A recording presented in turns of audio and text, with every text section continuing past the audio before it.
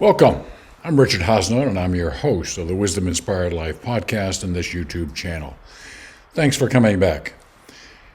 What I'm trying to do with the Wisdom Inspired Life channel is to help those around the world that might be interested in living more of a wisdom inspired life to have a wide range of free resources available to them, which is what's on the channel today, and it's growing ever more. And speaking of helping, you can help me help others by subscribing to this channel. That helps people that are looking for wisdom-inspired life information find this channel more easily. Thank you very much in advance for your help. I try to point out occasionally that there are a variety of playlists on the channel. You should check them out. The Words of Wisdom is probably the most diverse of them. Lots of great content there. You can check it out and find something that's going to help you. This particular episode is also going to be part of the Words of Wisdom series. And what I'm sharing with you here is from people from the monastic group at the Self-Realization Fellowship talking on very important topics. And I think all of us would agree that living a balanced life would not only be very nice, but we'd love to know how to do that. So this extended video from a member of the monastic group at the Self-Realization Fellowship, founded by Paramahansa Yogananda, my beloved guru, is something that can absolutely help you live more of a balanced life. So enjoy.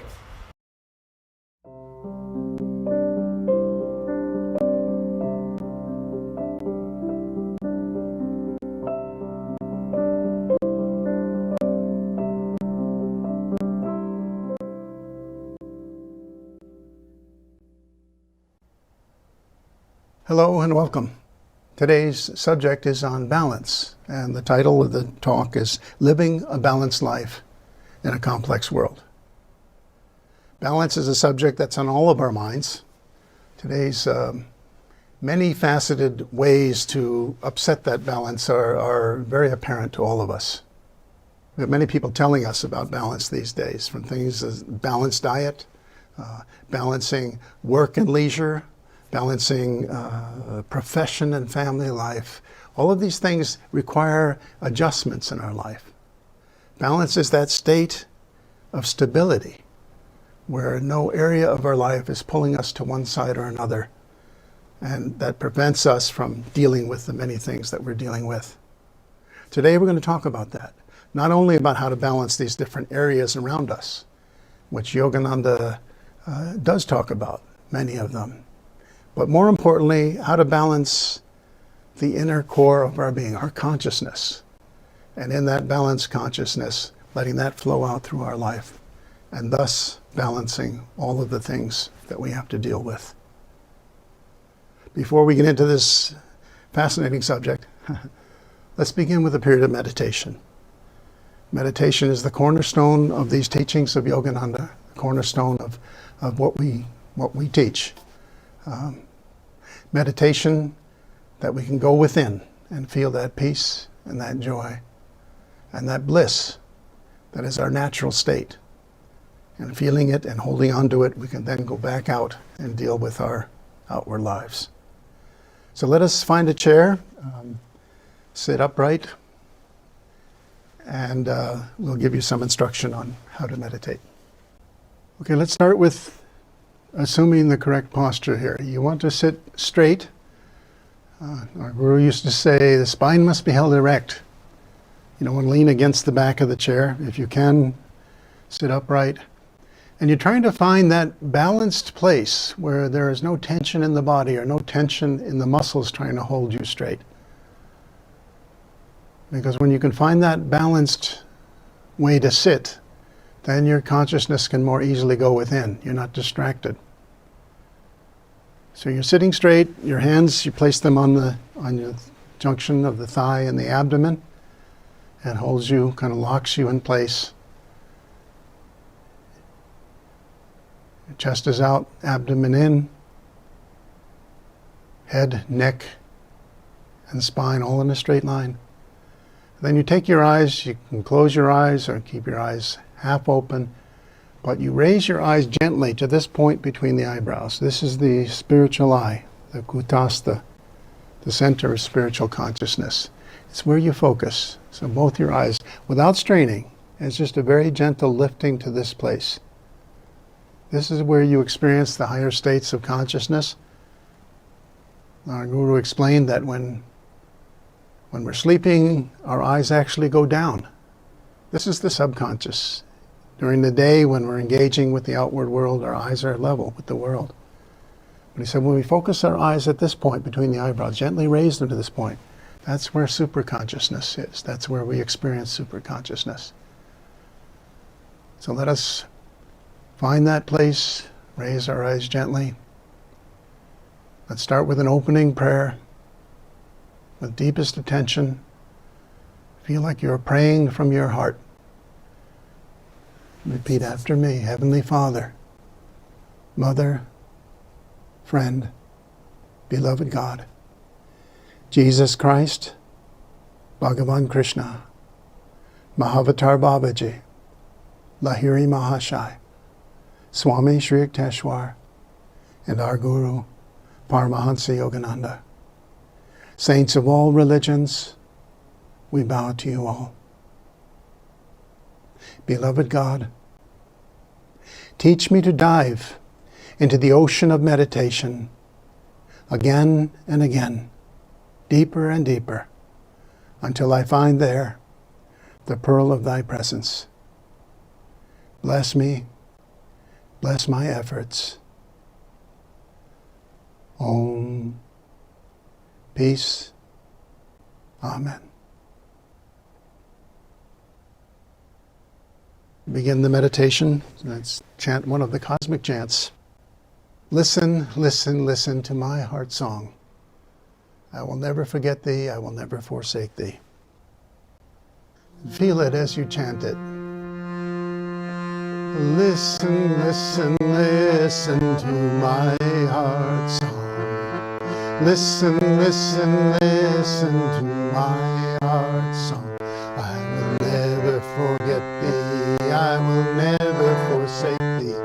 I will never forget thee, I will never forsake thee. Listen, listen, listen to my heart song. Listen, listen, listen to my heart song. I will never forget thee, I will never forsake thee. I will never forget thee, I will never forsake thee. Listen, listen, listen to my heart song. Listen, listen, listen to my heart song. I will never forget thee, I will never forsake thee.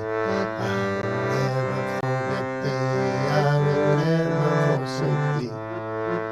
Listen, listen, listen to my heart song.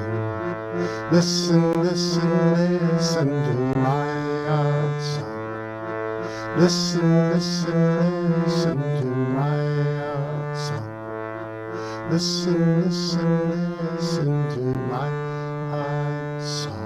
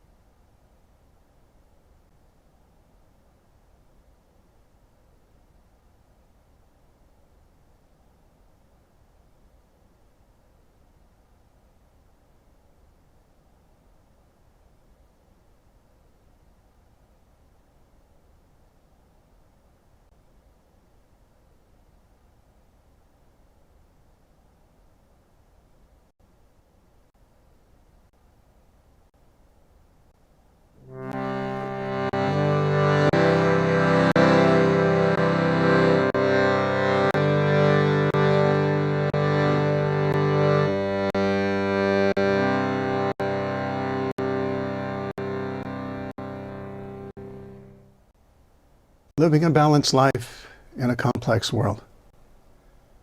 balance, that state of well-being, that state of stability, where we feel like we're in control of things around us, that we're attending to the different areas of our life in the proper proportional way.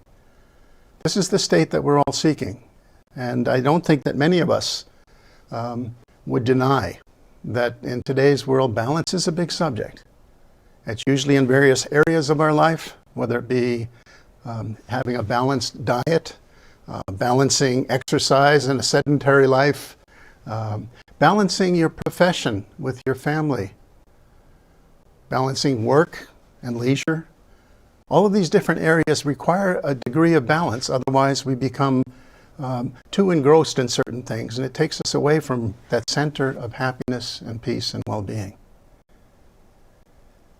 Now in yoga, this teaching that our guru Paramahansa Yogananda gave to us, he's very specific about these different areas of balance that we need in our life, and he gives very adequate and many times profound instructions on how to balance these areas.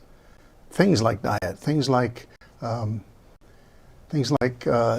not becoming a workaholic, not balancing work and meditation, balancing friendships, balancing time in solitude with time with others.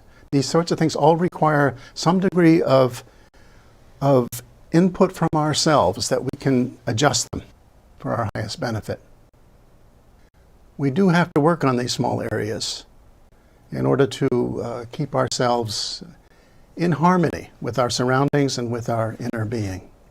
There's no question about it. But yoga teaches us a different type of balance. It's a balance of our core, a balance of our consciousness. And from that flows a balance in every part of our life. I don't know about you, but when I try to just balance one section of my life, you may be somewhat successful, but pretty soon you realize that other things are going out of balance. You realize that you have to attend to other things, and sure enough, you go back to what you were originally working on, and you find that the balance is not quite there as it once was. Really, we have to get to the core of balance, to the real question of how do I balance me? And in that, then you find that balance spreading out. In the autobiography of a yogi, Paramahansa Yogananda said this. He said, "The ancient rishis laid down ineradicable patterns for spiritual living. Their hoary dictums suffice for this day and land. Not outmoded, not unsophisticated, against the guiles of materialism, the disciplinary precepts mold India still."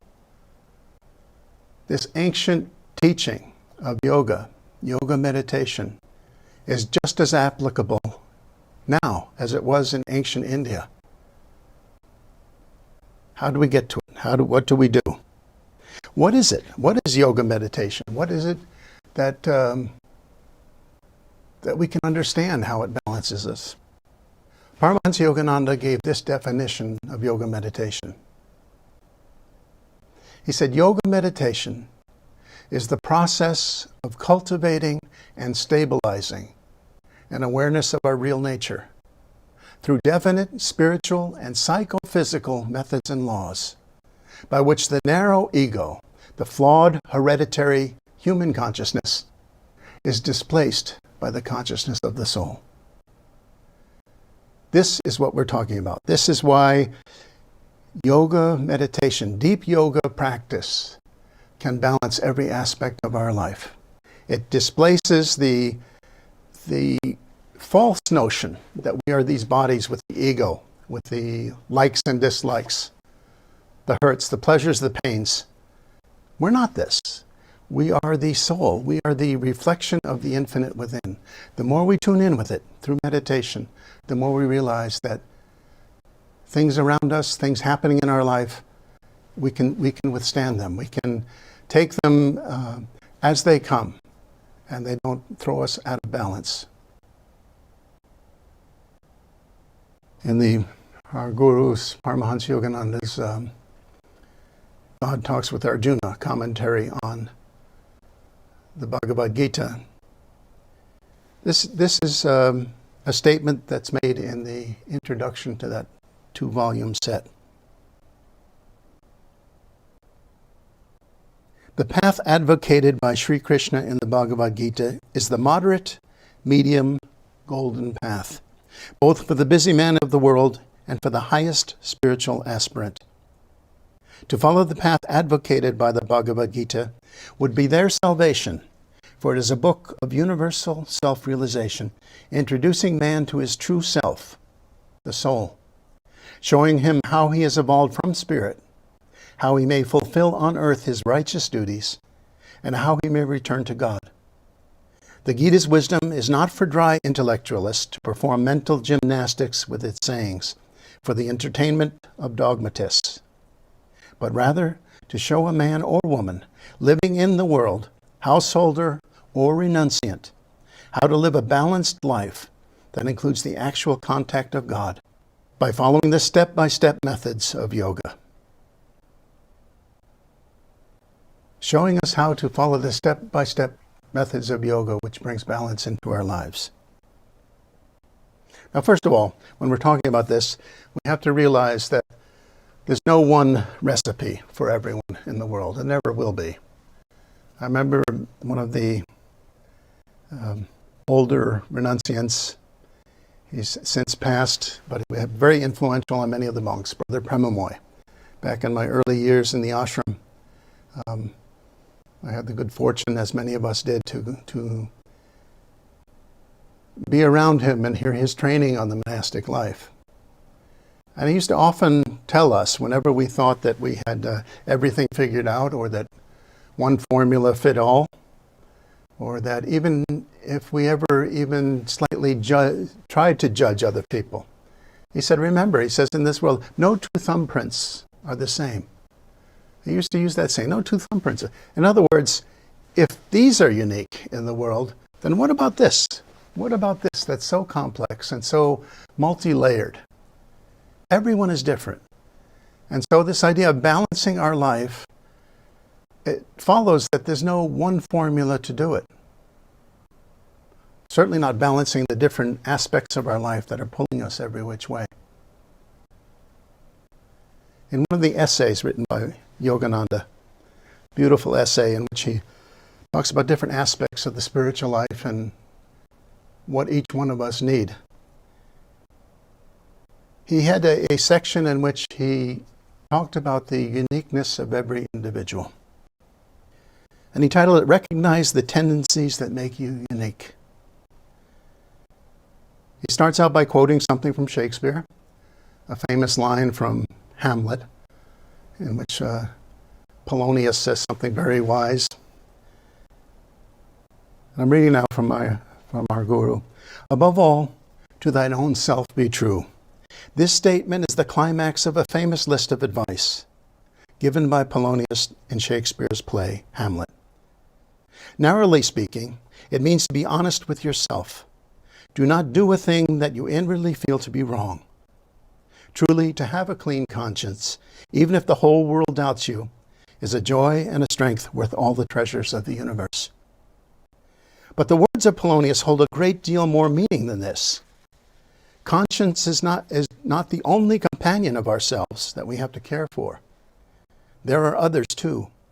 A party of peeping desires, a group of half-sleeping tendencies, a company of live wire wishes compose the crowd. In order to be true to ourselves, we cannot push aside these traveling companions with whom we started life. We have to be at least attentive to them too, if we do not want to lose in life's game. There may be some in the crowd that need shackling, the appetites, jealousies, and others that are apt to choke our growth or hurt others.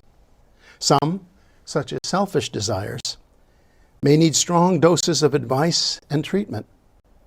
There are others that are safe enough to be relied on, or at least tolerated, such as the self-preserving and social instincts. A few need to be deliberately spurred on, sympathetic tendencies, spirit of reverence, service, love of truth. We have to attend to each propensity in a way that is most suitable. That is the proper education of the inner being. In other words, We must be true to ourselves, not in the sense of bringing flower offerings to every tendency we have, even the baser ones, but in the sense of recognizing the place of every one of them in the scheme of our life, and checking and subordinating or guiding and directing each one of the crowd in such a way as to make it contribute to the general well-being and happiness of the whole. In this way, every individual is a species unto himself. Though each person is a human being, one does not resemble another any more than the dress of a native Burmese resembles that of an American. The fabric may be essentially the same, both being made of cloth, but the design and style are significantly different. We're unique. We're unique. We look inside, we have certain tendencies, certain things that we have to cultivate, certain things that we have to overcome. Now, we don't look inside and say, well, this is me and everything is fine. We have to work on these things. I remember one time when I was working with Dayamata, and something came up. And she looked at me and she said, you should work on being a little more organized. And my answer to her, just off the top of my head, and I said, well, Ma, that's kind of the way I am. And she looked at me. Yeah, and I realized that probably wasn't the right answer to give. That's the way I am. She said, you know how Master would answer you for that. And I also knew that she was going to tell me, which she did. She said, Master would say to you, change yourself. When you look and see that you have deficiencies in any part of your life, it's not enough to just say, well, I'm a yogi and I'm meditating and everything will be fine. We have to work at changing ourselves. And this working from both ends, both the inner self and also the outer manifestation of that. We work on it. It's a much quicker process. It's a much more efficient process. Understanding yourself and working on the shortcomings. Now, I was saying earlier that our Guru, Paramahansa Yogananda, had many, his teachings are rife with explanations, with direction, with how to change ourselves, with what the ideal balanced life looks like. But there was something that came up some years ago that I came across, which was so interesting because it showed another aspect of the teachings that we have and that the wisdom that comes through a guru to a disciple trying to change themselves. Now, we know that as far as diet goes, we have certain principles that we follow here in Self-Realization Fellowship in the ashrams. And in Autobiography of a Yogi, our guru quotes his guru, Swami Sri Yukteswar, as saying, follow any simple diet that's suited to one's constitution. That's basically the overall idea. You find what suits you and you follow that. Well, someone once asked Merlini Mata, our president, former president, they wrote a letter to her and asked about diet and what was Master's way of dealing with it, what was the ideal diet. Many times in the beginning of our spiritual search, we think that diet becomes so important. It is important, but it's not that important. It's something we have to attend to, but it should not be all-consuming. Merlini Mata's response was it was not only a balanced response, but it showed the wisdom that our guru had and the wisdom that pours through these teachings and guidance in different areas of our life. She had written this back in a letter to a devotee who was asking about diet. She said, Master's views on diet and health were very balanced and not in any way fanatical. Sometimes he and those of us around him would have little other than raw foods and juices for a period of time. But just as often, he might decide to enjoy with us for several days nothing but curries and Indian sweetmeats made with white sugar. He very much believed in the philosophy of his guru, throw the dog a bone and forget it. You could say that the very basis of his health counsel was to eat natural foods, eat a balanced diet, and from all the essential food groups, include plenty of raw fruits and vegetables, avoid meat, and mostly use whole grains instead of refined flours and sugars. But at the same time, Not let the mind be so conditioned to having to have health food that if you eat white flour or sugar once in a while, you get sick. He always stressed that the major factor in promoting and maintaining health is right attitude of the mind. So there must be common sense health habits, but above all, a positive, strong mind. Master had no tolerance for fanaticism. We saw him deliberately flaunt dietary rules in front of some who had the notion that it was a sin against the body to digress from health foods. This idea of looking at balanced diet through a balanced lens that our guru had, it gives great hope to all of us who are trying desperately to balance our lives and keep them in balance. I saw this through the years. I saw this with Dayamata. I saw this, I mentioned Brother Premamoy. They had the ability, they well knew the rules that were established to keep a harmonious and functioning society going within the ashrams. But they also had the ability to weigh where those rules and guidance should be slightly bent.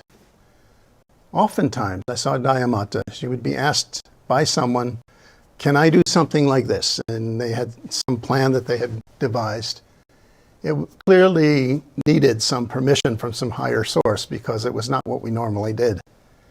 And oftentimes, I saw Ma, she would think about it, and she said, yes, in this case, it's okay. She'd give her blessing on it. Sometimes she would say no. She'd say, no, that's not a good idea. And so that person would have to shelve those plans. I never knew why. But I always had a sense that each instance, each example of her looking at these things, it was unique. She took into account who those people are, what this question was, what the ramifications were. And that to me was very, very inspiring because none of us want to live in such a rigid place where every rule has to be religiously followed. Now, our guru was very clear about certain things, and his guidance was not just to be rigid, but it was to ensure success, that we could more and more get to that place where we feel the presence of God within. And, even in the early years, Dayamata came to the ashram. She told us in stories how she was longing to go back to Salt Lake City to visit her family. And when she went to our master and asked him, he said, no, not yet. He wouldn't allow her to go until a certain point. He said, now you can go home. Again, see, it's the knowing how everyone is unique and having the wisdom to say that by doing this, your life is going to be more in balance. You're going to be happier. You're going to be more stable. I remember, speaking of our Guru Paramahansa Yogananda knowing each individual, Brother Bhaktananda used to tell that story where when he first came here, he said that when our Guru left, got in the car to leave the ashram here, he said he often would stop, I think, out front of the ashram, and there were 3 or 4 monks who would gather around him. And Yogananda would talk to them. And Brother Bhaktananda said they were very intelligent monks. They were very scientific. And he said whenever he got close enough, he heard, the different discussions they were having. There were really profound discussions on science. And one time he realized, well, gee, he's talking to them. Why not me? And so he kind of sidled up to the group, tried to sneak up and just be unobtrusive and kind of stand in the circle so that he too could enjoy the Guru's presence and hear what he was saying. And after he did, Master, he stopped, he looked at Brother Bhaktananda, and he said to him, this is not for you. He pushed him away. This is not for you. And in those early years, Brother Bhaktananda couldn't understand why. Doesn't he like me as much as the others? That wasn't the point. Master was attending to each devotee as they needed him. And to these very intelligent, scientific-minded monks, he wanted to give them a little bit of something that they could relate to. Brother Bhaktivedanta didn't need that. He had, Master was telling him to practice the presence, to live simply, to keep his mind on God. And with him stepping into that circle of other monks, he was trying to take things that really weren't meant for him. An inspiring story that shows the depth of understanding of the guru and the disciple. Well, how do we achieve more balance in our lives? Let's give a few simple points. I think balance, it does happen more when we can learn to simplify our lives. Simplicity is an important concept. It's getting rid of the extraneous distractions and extraneous activities that pull us away from the center of who we are. Listen to this simple sentence from Yogananda's teachings. He said, "Be as simple as you can be. You will be astonished to see how uncomplicated and happy your life can become." Be as simple as you can be. You will be astonished to see how uncomplicated and happy your life can be. Simplicity leads to a more balanced existence. And anything we can do, especially in today's world, because it seems simplicity is something that very few people understand, and it's more and more difficult to practice. We have so much bombardment of different things coming into our life. Try to look for ways in which you can make your life more simple. Along those lines, he said, seek quiet places where you can regularly get away by yourself and be free to think of God. When you're with people, be with them wholeheartedly. Give them your love and attention, but also take time to be alone with God. That's a practical way to practice simplicity. Yes, with others, be 100% with them, but take the time to step away from that from time to time. This idea of solitude and being comfortable with yourself, this coronavirus isolation that we're all experiencing these days, it's an excellent time to become more and more able to be comfortable with ourselves. Use it that way. It's a blessing in that way, because you're not forced to be in the company of others too much so that you feel like your life is out of balance. And another instruction our guru gave. He said, concentration on great books, great men, great problems, great doctrines, and facts and their lessons cannot but result in high thinking. In other words, be careful about what you're putting into your mind. Be careful what you're absorbing. In this idea of being simple, put only the best. Put only the best. And you'll start seeing that input of good information, it starts affecting the rest of your life. So be simple, seek quiet places where you can get away, and then be careful with what you put in your mind. These are three very practical points, three very practical ways with which to make your life more simple and consequently much more balanced. Another way, it's just checking your attitude on things. Right attitude is so important on the spiritual path and in life. Right attitude, thinking in the right way, interpreting things that are happening around you in the right way. Right attitude. In the ashram, we have a saying that we learned from early years, to be cheerful and willing, ever ready to change. To be cheerful and willing, ever ready to change. You come across people like that every once in a while, and you realize, wow, this is really, that's an attitude that I want to develop. Cheerful and willing, ever ready to change.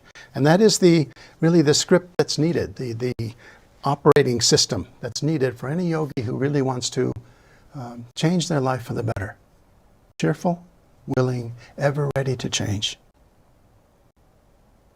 Another thing we can work on with right attitude, the desire to serve others. Yogananda says, rather than always be striving for personal happiness, try to make others happy. In being of spiritual, mental, and material service to others, you will find your own needs fulfilled. As you forget self in service to others, you will find that without seeking it, your own cup of happiness will be full. Amazing. This is it. You pour out your love, your help, your service to others, and you find that, well, look, it's changing me. It's making me more happy and more balanced. And then one other way with right attitude is just acceptance. In the Bhagavad Gita, Yogananda makes this statement: cosmic law sees to it that those duties that come to man in the natural course of his life are those he is meant to perform for his own welfare. Those duties which come to us in the natural course of life, they come to us for a reason. There's no mistakes. So where we find ourselves and in what conditions we find ourselves, it's all right. It's all the way it's supposed to be. The more we can remind ourselves of that, so that we don't get upset. Why is this happening to me? The more we realize, okay, this is happening for a reason. It's happening that I have to learn something. The more we do that, the more we remind ourselves of that, then the more stable and the more balanced and accepting that we become. That's an important point. Here's a story from Dayamata. Speaking of acceptance and everything coming to you was meant to come to you. She said, Master and many of us disciples have been living most of the time at the hermitage in Encinitas since he returned from India in 1936. But one day, in 1948, he said to me, I want you to go back to Mount Washington and take charge of the administration of the society. This was very painful to me. First of all, I wanted to remain where Master was, and secondly, I had always resisted the idea of being a leader. I had only one desire in life, to be a bhakti yogi. For me, only devotion had meaning. So I packed up, and I went to Mount Washington to take up my new duties. Master was full of glowing ideas about organizing the work to better disseminate the Kriya Yoga message of the gurus. And I, too, was brimming with enthusiasm. But there was a surprise in store for me. Shortly after I began this task, Guruji moved to his little ashram in the desert and took with him most of the key disciples on whom I had been counting. He left me with only a handful of people, most of whom were wholly untrained. My first reaction was, this is impossible. Then I resigned myself to the fact that Master knew best. But then another blow fell. Master came in from the desert for a short time and called me to him. I think we ought to have a convocation next year, he said. I want you to organize it. I was shocked. This time he's gone too far, I thought. Master, I said, I cannot do it. It's physically impossible. I could see so many reasons why he should not ask me to assume this responsibility. I knew nothing about organizing convocations. There were no personnel to do the work. He had to take them all to the desert. And besides, I was completely burdened down by the enormous demands of supervising the offices, correspondence, centers, financial, ashram matters. Master returned to the desert that night, and I could see that he was very unhappy with my attitude. I went to my room in tears, for I could never bear to displease him. But this time I was determined not to give in, because I felt my reasons were fully justifiable. I tried to meditate, I tried to sleep, but I couldn't. My mind was too upset. So I began to analyze my attitude. So as I introspected that night in my room and objectively analyzed why I was so distressed, I had to admit the truth of the matter. I was not unable to take on this task Master had asked of me, but I was unwilling to do so. That was really what was wrong with me. To my mind, the reasons why I could not organize the convocation had seemed justified.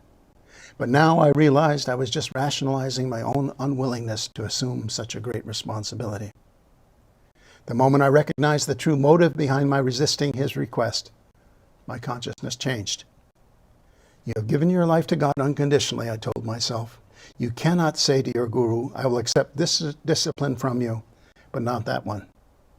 If you have such an attitude, then how can you think your devotion is unconditional? I resolved that I would do what he had asked, and instantly a great peace came over my soul. Before I fell asleep, I determined that in the morning I would get in touch with Master at the desert and promise him to do my best in organizing the convocation he wanted. Master was always attuned to our state of consciousness. Even though he was 150 miles away, he was aware of the struggle I was going through. The first thing the next morning, he telephoned from the desert. I quickly said to him, "Master, please forgive me for my unwillingness. My attitude was wrong. I don't know how to organize a convocation, and I confess that I already feel overburdened. But I promise you this, I will do my best." I can never forget how sweetly he replied, "That is all I ask of you." Now this is how a great soul responds to difficulties we find ourselves in. But if we more and more remind ourselves, as we're saying, that nothing is happening in our life by accident. It's all there for some reason. It's all condoned by the Guru who sends it our way. Then the more we can get an attitude where we realize, this is for my best. How best can I operate from this place that I'm in?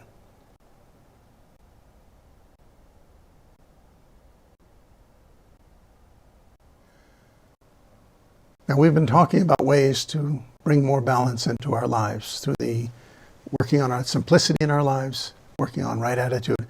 There's another way that is the most profound way, and that is through the practice of these teachings, which teach meditation. Meditation brings balance into our lives in a more profound way than anything we can do with attitude or with working on different aspects. Read again from Dhyamata. She was one person once said to me that Master's teachings give the information about this path, everything you need for instruction and inspiration. He said Dhyamata, in the talks that she gave, in the books that we have of her, she was a devotee living it. And from that perspective, you get insights into how to put these profound teachings into practice. Now, this is what Dhyamata did when she felt that balance was slipping away from her. She said, "When my mind becomes filled with problems or with decisions to make, do you know what helps me? I practice japa, taking again and again the name of God and Gurudev. My mind revolves like a wheel around one thought, Guru, Guru, Guru, Guru, until I invoke his holy presence within me. Then I feel a definite mental attunement with him, and my mind becomes aflame with understanding pouring from Gurudev. You should get in the habit of invoking the presence of God and the Gurus in this way. It is very simple, really."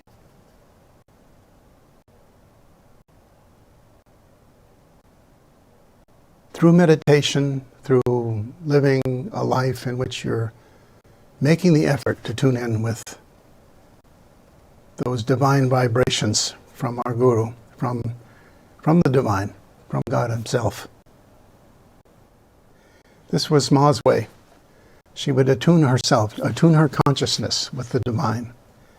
And in that she would return to that peaceful, wisdom-centered, divine love in which she could deal with the many things around her that were pulling her one way or another out of balance.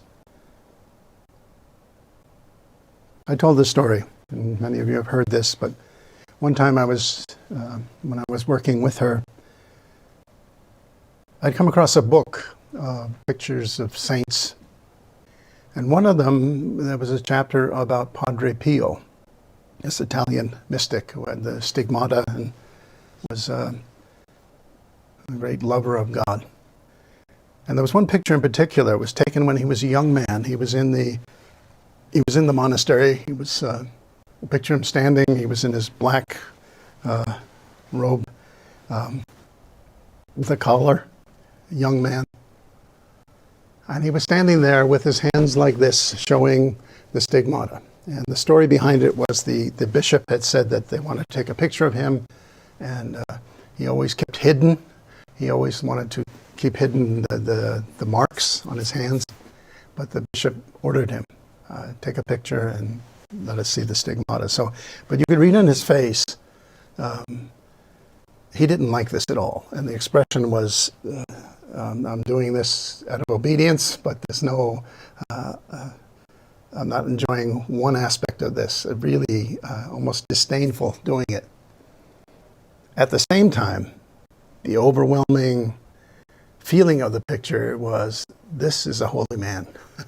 You just got the sense that just the way he was looking into the camera, his posture, this was a very holy man. And one time, I was with Dayamata, and I told her that I saw this picture, and I questioned her. I said, how did he become so holy? What did he do? And she, whenever you ask her a question like that, whenever you did, she'd always take a moment to think about it. And, you know, the answers really came from a profound depth within her. And I always felt like, yeah, she knows what she's talking about. She said, well, he didn't spend all of his time with his brothers, and he practiced the presence of God. And in that, she summarized the formula that Padre Pio had used to become the holy man that he did, that he was.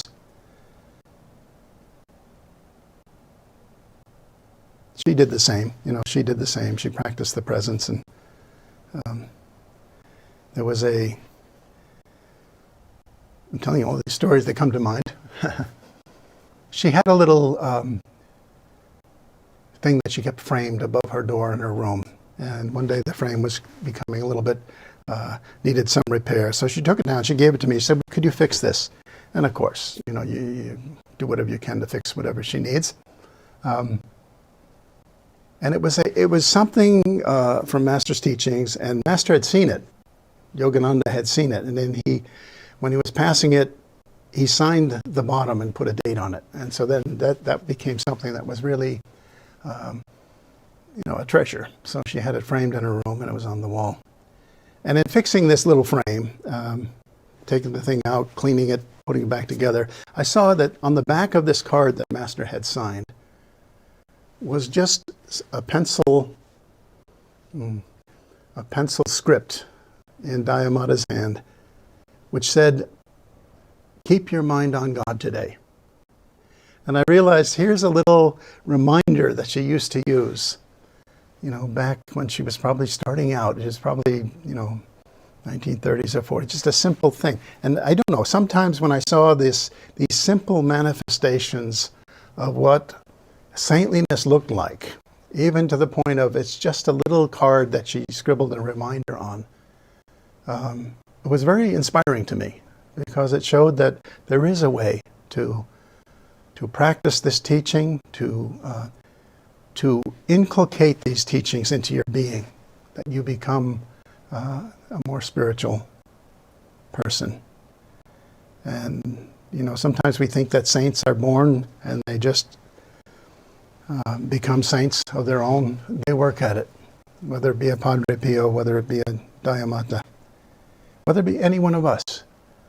This is what we do. We keep working at these things, and we keep manifesting them in newer ways.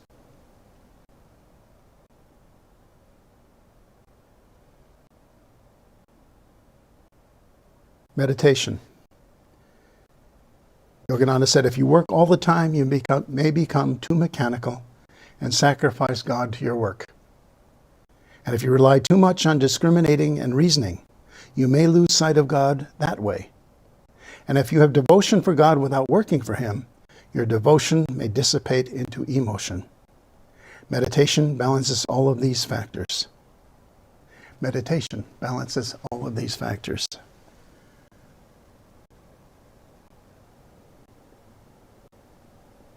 So as we strive for more and more balance in this world,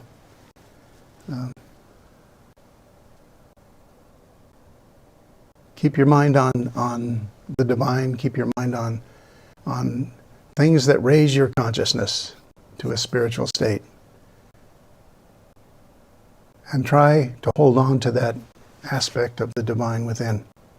Because the more we do that, then the more we feel that our life is stable. Our Guru had this wonderful expression, to stand unshaken amidst the crash of breaking worlds. Kind of an ideal, that no matter what's happening around you, you are standing unshaken amidst the crash of breaking worlds. Another one of his sayings, to be a prince of peace, sitting on the throne of poise, directing the kingdom of my activities. This is the balanced individual. This is the balanced yogi. A prince of peace sitting on the throne of poise, directing the kingdom of my activities. Let me finish with this thought from our Guru's writings. He said, if you develop that calm intensity of concentration, you will find that a time comes when no matter what else you are doing, days and nights pass with your mind inwardly absorbed in God. May we all reach that state and realize that we are these divine souls asked to live out this little incarnation in a divine way. God bless you all. Guru bless you all. Now let's practice the healing service. Please stand.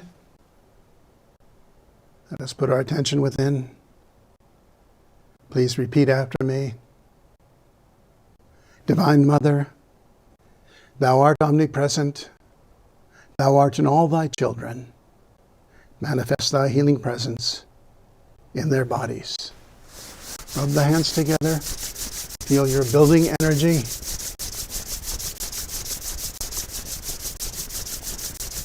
Now let us raise the hands and chant Om for healing of the body. Om.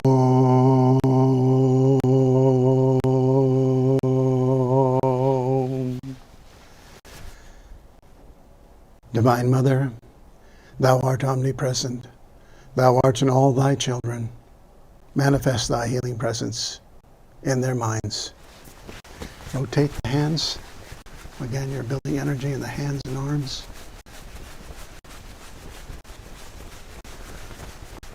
Now let's raise the hands and chant Om for healing of the mind. Om.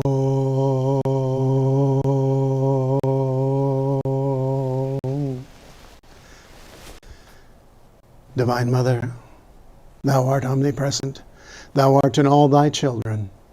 Manifest Thy healing presence in their souls.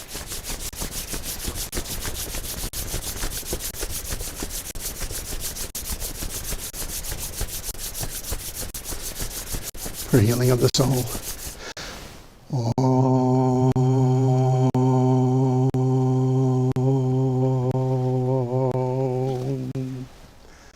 Now let's raise the arms. Once more, let's chant Om for world peace and harmony. Om.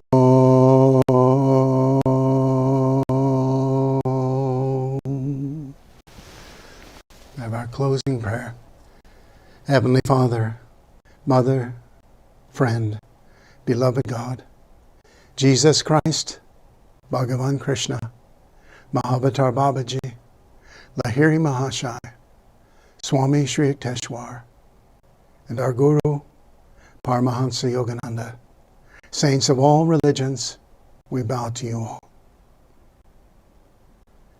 Divine Mother, bless me that through my efforts and through Thy grace, I may live a balanced life, ever in tune with Thee. And may Thy love shine forever on the sanctuary of our devotion. And may we be able to awaken Thy love in all hearts. Om.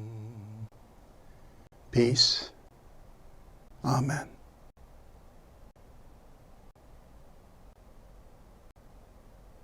May God and our Guru bless us all.